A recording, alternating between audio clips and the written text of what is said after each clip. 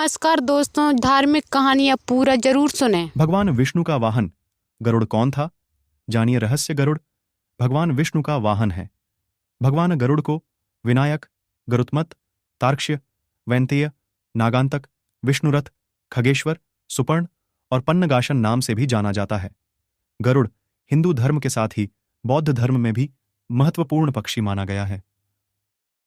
बौद्ध ग्रंथों के अनुसार गरुड़ को सुपर्ण, अच्छे पंख वाला कहा गया है।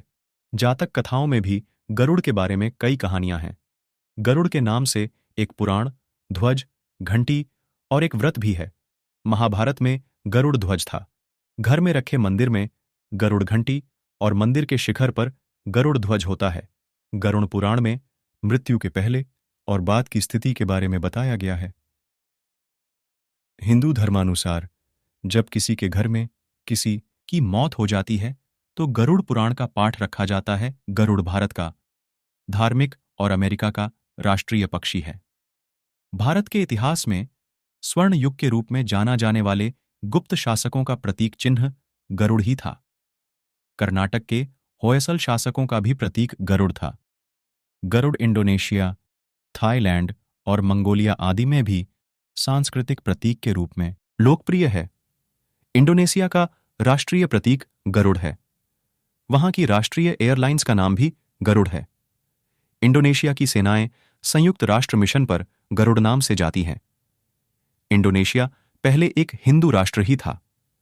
थाईलैंड का शाही परिवार भी प्रतीक के रूप में गरुड़ का प्रयोग करता है। थाईलैंड के कई बौद्ध मंदिर में गरुड़ की मूर्तियां और चित्र बने हैं। मंगोलिया की राजधानी उलन-बटोर का प्रतीक गरुड़ है, विशालकाय पक्षी। माना जाता है कि प्राचीन काल में गरुड़ की एक ऐसी प्रजाति थी जो बुद्धिमान मानी जाती थी और उसका काम संदेश और व्यक्तियों को इधर से उधर ले जाना होता था। कहते हैं कि यह इतना विशालकाय पक्षी होता था जो कि अपनी चोंच से हाथी को उठाकर उड़ जाता था। गरुड़ जैसे ही दो पक्षी रामायण काल में भी थे जिन्हें जटायु और संपाति कहा जाता था। ये दोनों भी दंडकारण्य क्षेत्र में विचरण करते रहते थे। पक्षियों में गरुड़ को सबसे श्रेष्ठ माना गया है।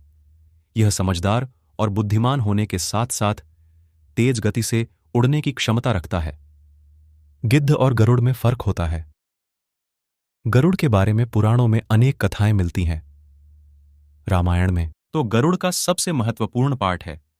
प्राचीन वैष्णव मंदिरों के द्वार पर एक ओर गरुड़ तो दूसरी ओर हनुमान जी की मूर्ति आवेष्टित की जाती रही है।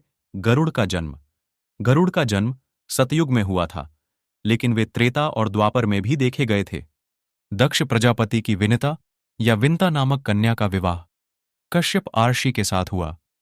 विनिता ने प्रसव के दौरान 2 अंडे दिए। एक से अरुण का और दूसरे से गरुड़ का जन्म हुआ।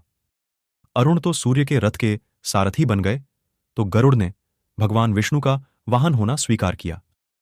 संपाति और जटायु इन्हीं अरुण के पुत्र थे। सतयुग में गरुड़ पुराणों कथाओं के अनुसार गरुड़ ने देवताओं से युद्ध करके उनसे अमृत कलश छीन लिया था। दरअसल आरष्य कश्यप की कई पत्नियां थीं, जिनमें से 2 वनिता और कद्रु थीं। ये दोनों ही बहनें थीं जो एक दूसरे से ईर्ष्या रखती थीं।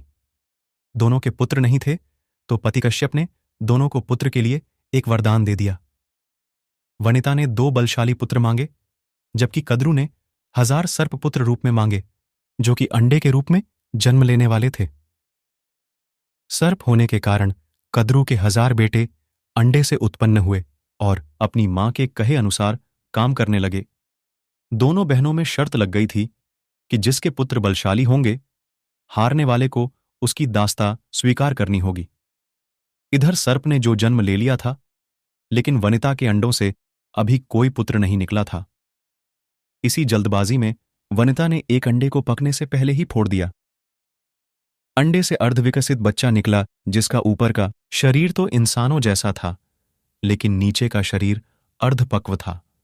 इसका नाम अरुण था। अरुण ने अपनी मां से कहा कि पिता के कहने के बाद भी आपने धैर्य खो दिया और मेरे शरीर का विस्तार नहीं होने दिया, इसलिए मैं आपको श्राप देता हूं कि आपको अपना जीवन एक सेवक के तौर पर बिताना होगा। अगर दूसरे अंडे में से निकला उनका पुत्र उन्हें इस श्राप से मुक्त ना करवा सका तो वह आजीवन दासी बनकर रहेंगी भय से। विनता ने दूसरा अंडा नहीं फोड़ा और पुत्र के शाप देने के कारण शर्त हार गई और अपनी छोटी बहन की दासी बनकर रहने लगी। बहुत लंबे काल के बाद दूसरा अंडा फूटा और उसमें से विशालकाय गरुड़ निकला, जिसका मुख पक्षी की तरह और बाकी शरीर इंसानों की तरह था। हालांकि उनकी पसलियों से जुड़े उनके विशालकाय पंख भी थे। जब गरुड़ को यह पता चला कि उनकी माता तो उनकी ही बहन की दासी है और क्यों है यह भी पता चला, तो उन्होंने अपनी मौसी और सर्पों से इस दासत्व से मुक्ति के लिए उन्होंने शर्त पूछी। सर्पों ने विनता की दास्ता की। मुक्ति के लिए अमृत मंथन ने निकला। अमृत मांग। अमृत लेने के लिए गरुड़ स्वर्ग लोक की तरफ तुरंत निकल पड़े। देवताओं ने अमृत की सुरक्षा के लिए 3 चरणों की सुरक्षा कर रखी थी। पहले चरण में आग की बड़े पर्दे बिछा रखे थे। दूसरे में घातक हथियारों की आपस में घर्षण करती दीवार थी और अंत में 2 विषैले सर्पों का पहरा। वहां तक भी पहुंचाने से पहले देवताओं से मुकाबला करना था। गरुड़ सबसे भिड़ गए और देवताओं को बिखेर दिया। तब गरुड़ ने कई नदियों का जल मुख में ले पहले चरण की आग को बुझा दिया। अगले पथ में गरुड़ ने अपना रूप इतना छोटा कर लिया कि कोई भी हथियार उनका कुछ न बिगड़ सका और सांपों को अपने दोनों पंजों में पकड़कर उन्होंने अपने मुंह से अमृत कलश उठा लिया और धरती की ओर चल पड़े। लेकिन तभी रास्ते में भगवान विष्णु प्रकट हुए और गरुड़ के मुंह में अमृत कलश होने के बाद भी उसके प्रति मन में लालच न होने से खुश होकर गरुड़ को वरदान दिया कि वो आजीवन अमर हो जाएंगे। तब गरुड़ ने भी भगवान को एक वरदान मांगने के लिए बोला, तो भगवान ने उन्हें अपनी सवारी बनने का वरदान मांगा। इंद्र ने भी गरुड़ को वरदान दिया कि वो सांपों को भोजन रूप में खा सकेगा। इस पर गरुड़ ने भी अमृत कुशल वापसी का वादा किया। अंत में गरुड़ ने सर्पों को अमृत सौंप दिया और भूमि पर रखकर कहा कि यह रहा अमृत कलश।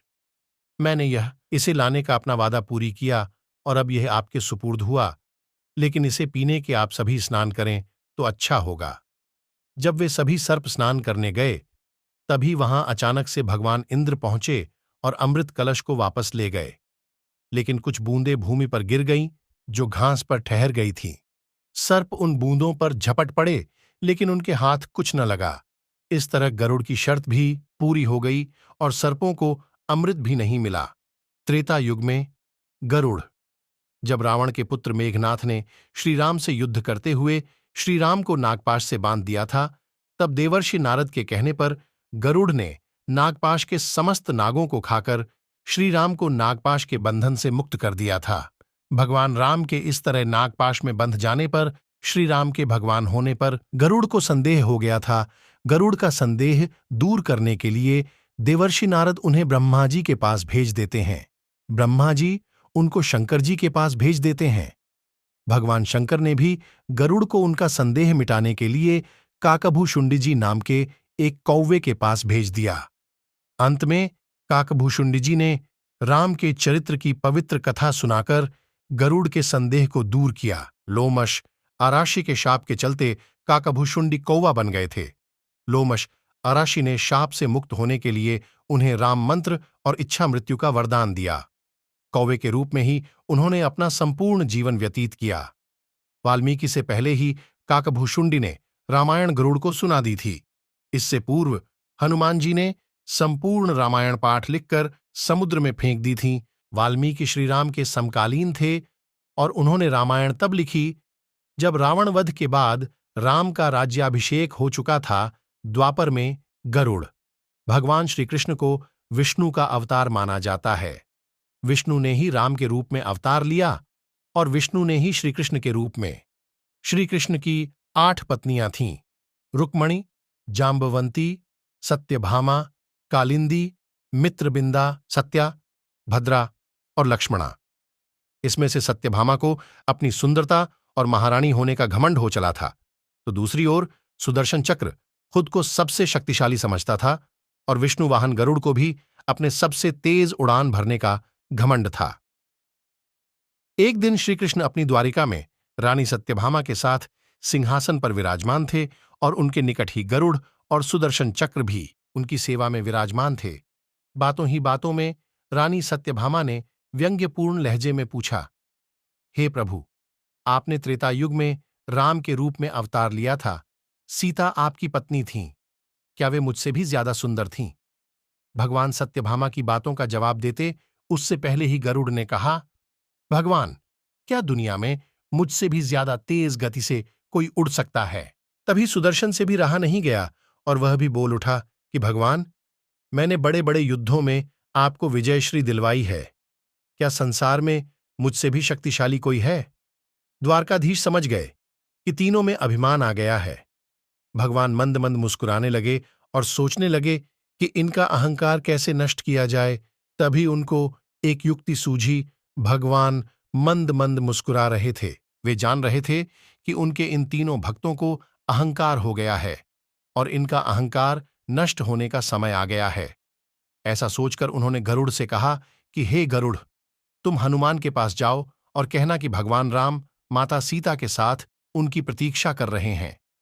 गरुड़ भगवान की आज्ञा लेकर हनुमान को लाने चले गए। इधर श्री कृष्ण ने सत्यभामा से कहा कि देवी, आप सीता के रूप में तैयार हो जाएं, और स्वयं द्वारकाधीश ने राम का रूप धारण कर लिया। तब श्री कृष्ण ने सुदर्शन चक्र को आज्ञा देते हुए कहा कि तुम महल के प्रवेश द्वार पर पहरा दो और ध्यान रहे कि मेरी आज्ञा के बिना महल में कोई भी प्रवेश न करने पाए। सुदर्शन चक्र ने कहा, जो आज्ञा भगवान, और भगवान की आज्ञा पाकर चक्र महल के प्रवेश द्वार पर तैनात हो गया। गरुड़ ने हनुमान के पास पहुंचकर कहा कि हे वानर श्रेष्ठ, भगवान राम माता सीता के साथ द्वारका में आपसे मिलने के लिए पधारे हैं। आपको बुला लाने की आज्ञा है। आप मेरे साथ चलिए। मैं आपको अपनी पीठ पर बैठाकर शीघ्र ही वहां ले जाऊंगा। हनुमान ने विनयपूर्वक गरुड़ से कहा, आप चलिए बंधु, मैं आता हूं। गरुड़ ने सोचा, पता नहीं यह बूढ़ा वानर कब पहुंचेगा। खैर, मुझे क्या, कभी भी पहुंचे, मेरा कार्य तो पूरा हो गया। मैं भगवान के पास चलता हूं। यह सोचकर गरुड़ शीघ्रता से द्वारका की ओर उड़ चले। लेकिन यह क्या, महल में पहुंचकर गरुड़ देखते हैं कि हनुमान तो उनसे पहले ही महल में प्रभु के सामने बैठे हैं। गरुड़ का सिर लज्जा से झुक गया। तभी श्रीराम के रूप में श्री कृष्ण ने हनुमान से कहा कि पवन पुत्र, तुम बिना आज्ञा के महल में कैसे प्रवेश कर गए? क्या तुम्हें किसी ने प्रवेश द्वार पर रोका नहीं? हनुमान ने हाथ जोड़ते हुए सिर झुकाकर अपने मुंह से सुदर्शन चक्र को निकालकर प्रभु के सामने रख दिया। हनुमान ने कहा कि प्रभु, आपसे मिलने से मुझे क्या कोई रोक सकता है? इस चक्र ने रोकने का तनिक प्रयास किया था, इसलिए इसे मुंह में रख मैं आपसे मिलने आ गया। मुझे क्षमा करें। भगवान मंद मंद मुस्कुराने लगे। अंत में हनुमान ने हाथ जोड़ते हुए श्री राम से प्रश्न किया, हे प्रभु, मैं आपको तो पहचानता हूं, आप ही श्री कृष्ण के रूप में मेरे राम हैं, लेकिन आज आपने माता सीता के स्थान पर किस दासी को इतना सम्मान दे दिया कि वह आपके साथ सिंहासन पर विराजमान है। अब रानी सत्यभामा का अहंकार भंग होने की बारी थी। उन्हें सुंदरता का अहंकार था जो पल भर में चूर हो गया था। रानी सत्यभामा, सुदर्शन चक्र व गरुड़ तीनों का गर्व चूर चूर हो गया था। वे भगवान की लीला समझ रहे थे। तीनों की आंखों से आंसू बहने लगे और वे भगवान के चरणों में झुक गए। भगवान ने अपने भक्तों के अहंकार को अपने भक्त हनुमान द्वारा ही दूर किया। अद्भुत लीला है प्रभु की। दोस्तों, ऐसे धार्मिक कहानियाँ जानने के लिए हमारे YouTube चैनल को लाइक और सब्सक्राइब करना ना भूलें।